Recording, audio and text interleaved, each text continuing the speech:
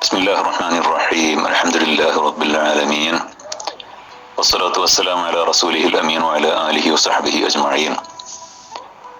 ഖാല റസൂലുള്ളാഹി സ്വല്ലല്ലാഹു അലൈഹി വസല്ലം മൻ ഖറഅൽ ഖുർആന വതഅല്ലമഹു വഅമില ബിഹി ഉൽബിസ യൗമൽ ഖിയാമത്തി താജം മിൻ നൂർ ളൗഹു മിസ്ലു ളൗഇശ് ശംസ് വയുക്സാ വാലിദൈഹി ഹുല്ലതാനി ലാ യഖൂമു ബിഹാ ദുനിയ ഫയഖൂലാനി ബിമാ കുസീന ഫയുഖാലു ബിഅഖ്ദി വലദിക്കുമാ അൽ ഖുർആൻ. അതിന്റെ അർത്ഥം ഇങ്ങനെയാണ്. നബി സല്ലല്ലാഹു അലൈഹി വസല്ലം പറഞ്ഞു, ആരെങ്കിലും ഖുർആൻ വായിക്കുകയും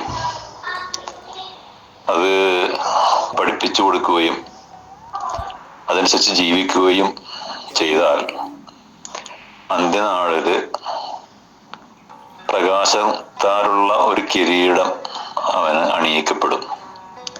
സൂര്യപ്രകാശം പോലെ വെട്ടിത്തിളങ്ങുന്ന ഒരു കിരീടം. അതുമാത്രമല്ല, അവന്റെ മാതാപിതാക്കൾക്ക് 2 പൊന്നാടകൾ അണിയിക്കും. ദുനിയാവിലൊന്നും കാണപ്പെടാത്ത രീതിയിലുള്ള 2 പൊന്നാടകളും അണിയിക്കും. അപ്പൊ ആ മാതാപിതാക്കൾ ചോദിക്കും, എന്തിനാണ് അള്ളാഹു ഞങ്ങൾക്കിത് ധരിപ്പിച്ചത്? എന്തിന്റെ കാരണത്താൽ, എന്തടിസ്ഥാനത്തിലാണ്, എന്തുകൊണ്ടാണ്? അപ്പൊ പറയപ്പെടും, നിങ്ങളുടെ കുട്ടി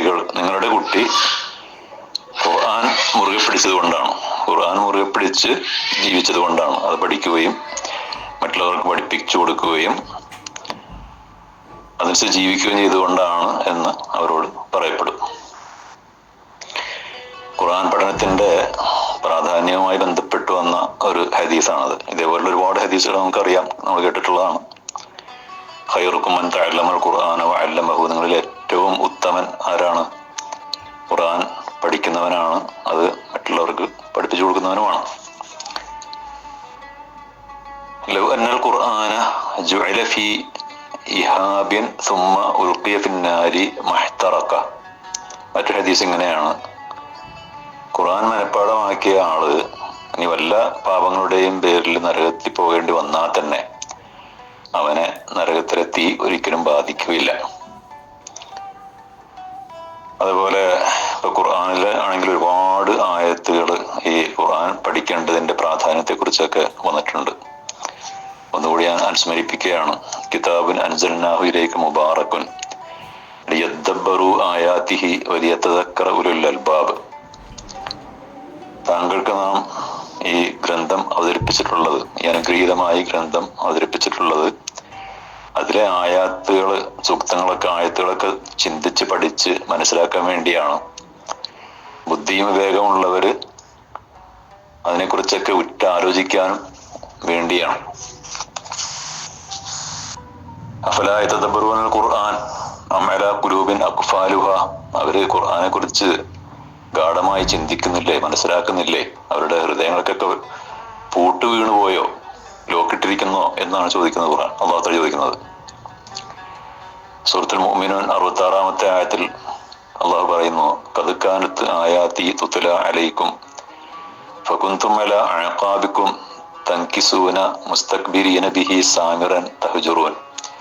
നാളെ പരലോകത്തിൽ ചെല്ലുമ്പോൾ ഈ നരകവാസികളെ കുറിച്ച് പറയുകയാണ്, എൻ്റെ ആയത്തുകള് ഖുർആനൊക്കെ നിങ്ങൾക്ക് ഓതി വിശദീകരിച്ചു തരുമ്പോൾ നിങ്ങൾ അതിൽ നിന്നൊക്കെ പിന്തിരിഞ്ഞ് ഓടുകയായിരുന്നല്ലോ, രാത്രികാലങ്ങളിലൊക്കെ നിങ്ങൾ സ്വറ പറഞ്ഞിരിക്കുകയായിരുന്നു, അഹങ്കാരികളായിട്ട് കൂട്ടുകയായിരുന്നു എന്ന് ഈ ഖുർആൻ പഠിക്കാത്തവരെ കുറിച്ച് നാളെ അള്ളാഹു പറയും എന്നാണ്. അതേസമയം സത്യവിശ്വാസികള് അവരെ കുറിച്ച് പറയുന്നുണ്ട്, ഇന്നമൽ മുഅ്മിനൂന അല്ലദീന ഇദാ ദുക്കിറല്ലാഹു വജലത്ത് ഖുലൂബുഹും വഇദാ തുലിയത് അലൈഹിം ആയാതുഹു സാദത്തുഹും ഈമാന. സത്യവിശ്വാസികൾ അങ്ങനെയൊന്നുമല്ല. അവര് അള്ളാഹുവിന്റെ ഈ ആയത്തുകളൊക്കെ കേട്ട് കഴിഞ്ഞാല്, കേൾപ്പിക്കപ്പെട്ടു കഴിഞ്ഞാൽ അവരുടെ ഹൃദയങ്ങളൊക്കെ പ്രകമ്പിതമാവും. അവന്റെ ആയത്തുകള് ഓതി കേൾപ്പിക്കപ്പെടുമ്പോൾ അവർക്ക് ഈമാൻ വർദ്ധിക്കും. അള്ളാഹുവിലും പരലോകത്തിലും പ്രവാചകന്മാരിലും ഖുർആന്റെ ഉള്ള വിശ്വാസം 10 മടങ്ങ് വർദ്ധിക്കും. അതുപോലെ മറ്റൊരായത്തിൽ പറയുന്നുണ്ട്, വമൻ അഅറദ അൻ ദിക്രി ഫഇന്ന ലഹു മഈശത്തൻ ളൻക വനഹ്ശുറുഹു യൗമൽ ഖിയാമത്തി അഅമ. എന്റെ ദിക്ർ, ഇവിടെ ദിക്ർ കൊണ്ട് ഉദ്ദേശിക്കുന്നത് ഖുർആനാണ്. വമൻ അഅറദ അൻ ദിക്രി, എന്റെ ഈ ഖുർആനിൽ നിന്ന് ആരെങ്കിലും മുഖംതിരിക്കുകയാണെങ്കിൽ തീർച്ചയായിട്ടും അവന് മഈശത്തൻ ളൻക, പ്രയാസകരമായ ദുർഘടമായ ജീവിതമായിരിക്കും ഉണ്ടാകുക.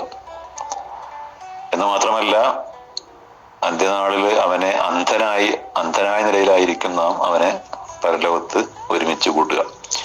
അപ്പൊ ഇങ്ങനെ നിരവധി ആയത്തുകളും ഹദീസുകളൊക്കെ ഈ ഖുർആൻ പഠിക്കേണ്ടതിന്റെ പ്രാധാന്യത്തെക്കുറിച്ചും അതിന്റെ ഫളലിനെ കുറിച്ചൊക്കെ വിശദീകരിക്കുന്നുണ്ട്. അപ്പൊ ഇവിടെ ഒരു മുഖവര എന്നുള്ളത് പറയാൻ കാരണം, ആഴ്ചയില് ഒരു ചെറിയ സൂറത്തുകൾ, ഇപ്പൊ സൂറത്ത്, പിന്നെ ജുസ് അമ്മ ജുസിൽപ്പെട്ട ആയത്തുകളൊക്കെ വളരെ ചെറുതാണ്.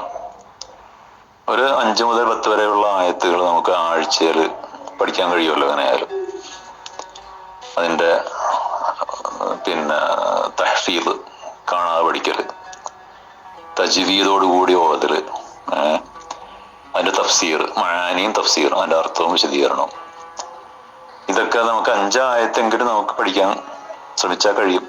വളരെ എളുപ്പമായി നമുക്ക് പഠിക്കാൻ കഴിയും. നിത്യം ഒരു 5-10 മിനിറ്റ് അതിനുവേണ്ടി നീക്കി വെച്ചാൽ മതി. ഒരാഴ്ചയിൽ നമുക്ക് 5 മുതൽ 10 വരെ ആയത്തുകൾ പഠിക്കാൻ കഴിയും.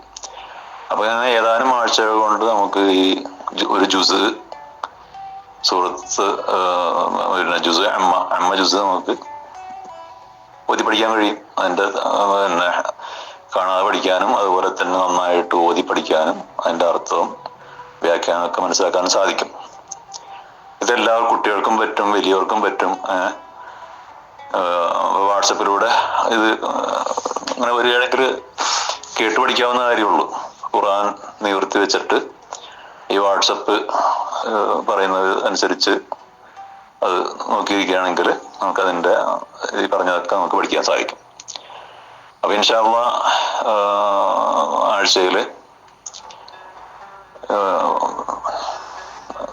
1-2 ക്ലാസ്സുകൾ, കൂടുതലൊന്നും ഉണ്ടാവില്ല, എല്ലാവർക്കും പഠിക്കാൻ കഴിയുന്ന രൂപത്തിൽ തന്നെ വളരെ പിന്നെ എളുപ്പകരമായ രീതിയിലുള്ള ഒരു അവതരണത്തോടു കൂടി തുടങ്ങാൻ ഉദ്ദേശിക്കുകയാണ്.